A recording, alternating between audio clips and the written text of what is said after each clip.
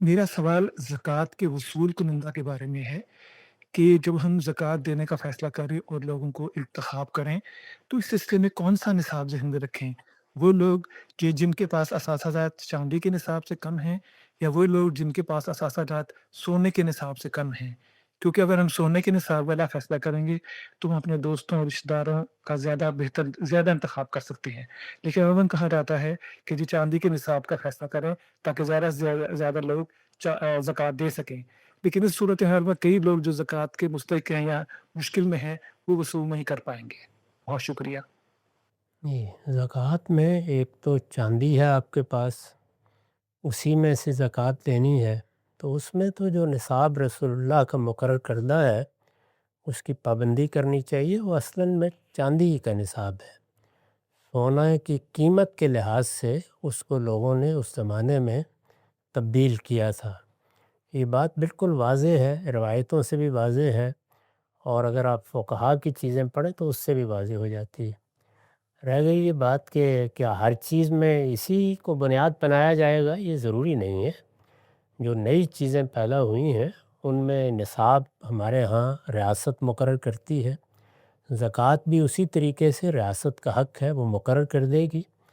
अगर उसने नहीं मुकर्रर की, तो जो इनकम टैक्स के लिए इस्तिस्ना बयान किया जाता है, आप उसी को निसाब बना लीजिए, और उससे ज़ायद अगर आपके पास रुपया है या कोई और चीज़ है, तो उसमें लोगों का हक़ अदा कर दें। मैं फिर अर्ज़ कर दूँ कि अगर रियासत चाहेगी तो उसी को लेना है, और उसको इसके बाद फिर कोई और टैक्स लोगों पर आयद करने का हक़ नहीं है। लेकिन अगर रियासत इस चीज़ को नहीं समझती या इस तरीके से नहीं ले रही, और आप अपने तौर पर अदा करना चाहते हैं, तो फिर इस तरह से निसाब का तयन कर लें।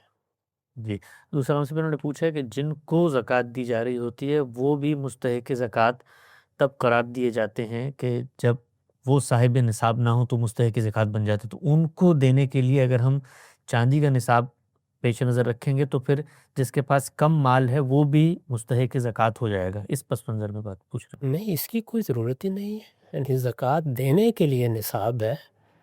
जिस शख़्स को आप ज़कात दे रहे हैं, उसको सिर्फ़ ज़रूरतमंद होना चाहिए। वो आप इत्मीनान कर लें कि ज़रूरतमंद है। ज़रूरतें 10 तरह की होती हैं। उसमें जाके लोगों के संदूक नहीं खोले जाते कि उसमें कितना सोना है और कितनी चाँदी है। बस ये देखा जाता है, अगर वो ज़रूरतमंद है, यानी कोई उनकी ज़ाती ज़रूरत है, किसी ने अपनी बेटी घर से उठानी है, किसी ने अपने बच्चे को तालीम दिलानी है, सफ़ेद पोश लोग हैं, उनकी मदद करें आप।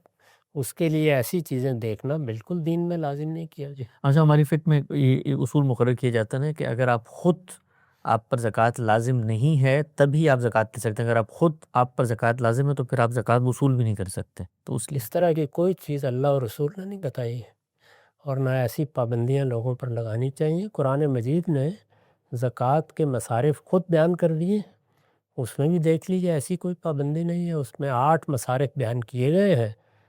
उसमें वो लोग भी हैं कि जो ज़कात वसूल कर रहे हैं, रियासत की ज़िम्मेदारियाँ अंजाम दे रहे हैं।